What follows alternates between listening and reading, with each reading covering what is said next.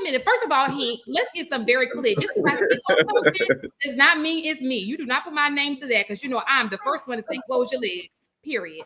But I will call out what I see. I listen to what y'all say in all these situations going on, and it's through observation. This is what's going on. So you cannot be mad at the outcome when the process is this way. You can't be mad at the outcome. All I was saying, may I? Real quick, I promise it won't be long. All I was saying when the clip cut off was, it all makes sense now. It was all adding up because me and Shan earlier were talking about like it doesn't matter what you look like, whether you're rich or poor. Y'all all are out here doing the same thing.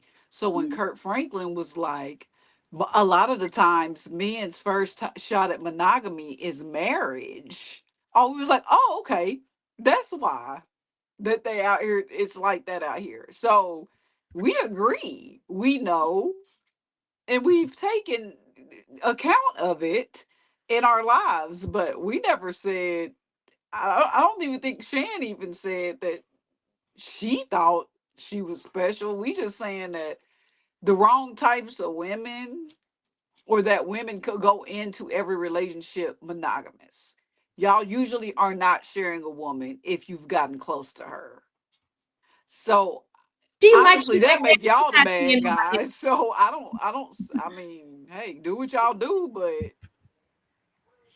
you went all the way around the world. You inspect what you expect. What woman doesn't know she's being dragged along for X amount of years without asking qualifying questions? Women are nosy. They're nosy. And they have female intuition. If something don't sit right, they're going to find out what it is and ask the qualifying questions. Those women that stay in those relationships, that's them accepting what is being given to them. The women that get married hold expectations, and they're willing to walk away if those expectations are not met. That's bottom line. So as for what Kirk Franklin said, and the young brother who was 33, and he explained to him, if you've been out there and now you have to cut cold turkey and just be with one woman, you have to wean yourself off of it. And I've never heard a preacher man say that. So I found it odd, but I kind of know his background. So it's kind of like, okay, you got to elaborate more as for, okay, now I have to wean myself off. If I have 3 women, I got to come to you, have my church set. And now I got 2. Now I'm down to 1. I think I'm ready to commit to 1 under the vows. I've never heard it placed that way from what I heard. Then I heard Cookie say, see, we were right. No, you actually wasn't. Because you inspect what you expect. People are comfortable with being in certain positions because it works for them. And then if you're saying it's okay, Sham, pointing it out when someone says it and you say, I know it's wrong, but then in closing, you say, that's why I'm going to go in my next relationship and I'm going to do what I do. And that's why women out here taking what they want to take from men. That sounds bitter. No. First of all, I think you guys have a hard way of being able to take a story and then not be the person's story. like I think that's what it's learning indirectly. I was making general. I didn't say Shan. Yeah, so I need you to watch your words. I did. I said you your said story. You said so with the hypothetical situation in which I was speaking on. I think that in order for us to have an honest conversation and look at the bigger picture, we have to know that there is something bad going on, right? So if you look at the story that Hank just gave us, and then you look at the story in which we see every day with women, right? We can all agree that there are women who are using men for money, right? We see it with the dates they go on. They're using men for these dates and all these kind of things, right? It's hurt people hurting people. That's just not healthy, period. What I'm saying to you is it's hurt people hurting people. Because you cannot, at the end of the day, when you use somebody, it's going to come back. I just believe in karma. I believe that when you do something, like I talked about consequences earlier, you know something is wrong when there's a consequence that comes along with it. I personally believe when you out here doing wrong is you're inviting that wrong into your life. You're going to end up getting it in some way from. That's just how I said, this is my opinion. Whether you agree with it or not, that's my opinion. That's my belief system, right? So when I look at men talk and I hear how men move, and I look at women talk and I see how women move, we got to understand that there's a correlation. There's it all plays. It's a reason. It's like a cause and effect. The who started or who didn't, it's the same crap. It's just for different things. Both people are playing each other, and it's not healthy. It's not getting us nowhere. Okay. Does that make sense?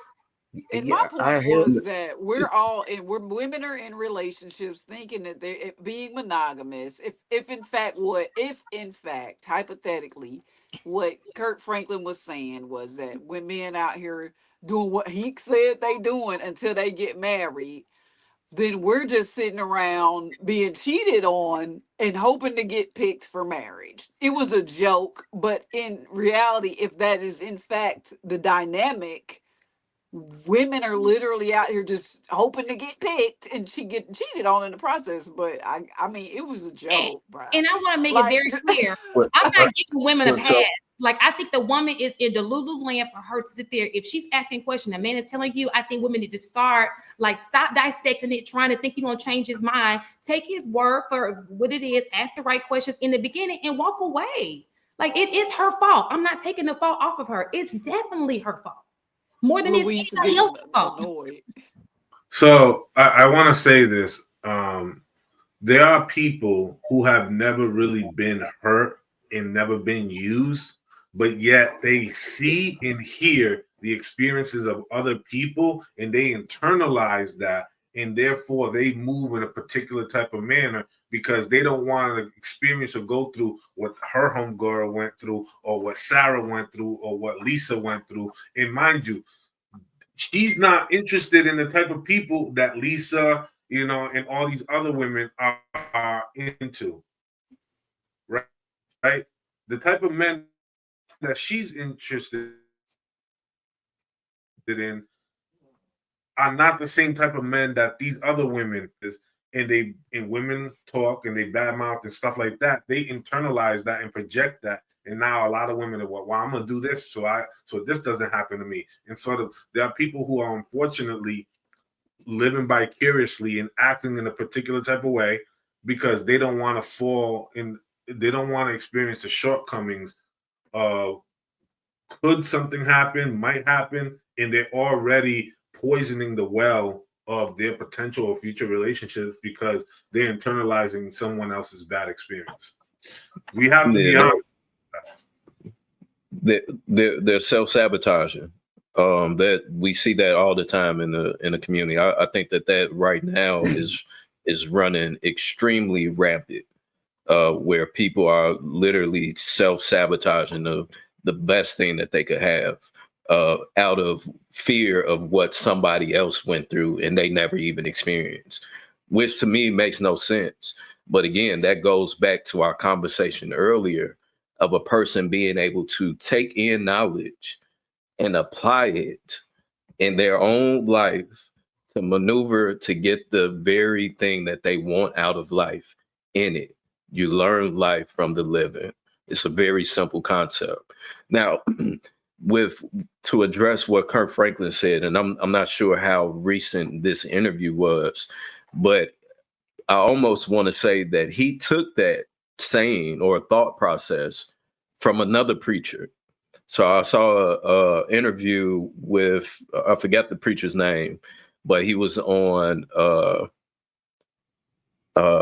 something intelligent. Hey, JR, what's the name of that show that it's the bald guy and the light-skinned guy? Hardly Initiated. Hardly Initiated. There was a pastor that was on there that spoke about his affair that he had with his wife. And that was one of the things that he said in the interview, to where most men don't practice monogamy until they get into a marriage. I mean, and the harsh reality of it all, fellas, just keeping it a buck. I mean, in most cases, that's true. So it's allowing for you to be to develop a taste for crab legs, right? You spent 5 years of eating crab legs twice a week, and then the doctor says, hey, and them crab legs gonna kill you, bro. It's gonna be hard as hell to wean off them crab legs, you know what I'm saying, unless you really taking that to heart that this is gonna kill you. So the harsh reality of it is that, yeah, I mean, I would agree and say that is true, because that is one of the most difficult things to do, to stop something cold turkey. So for us to not develop that muscle beforehand, I think is and has always been the downfall of man all throughout history. So again, we have to learn life from the living. And the only way to do that is by paying attention to what people are saying and what their experiences has been and applying it to your own life. Yeah, but Viz, you compare crab legs to women, it's nasty work, dog. I don't see how you can do that, man. God,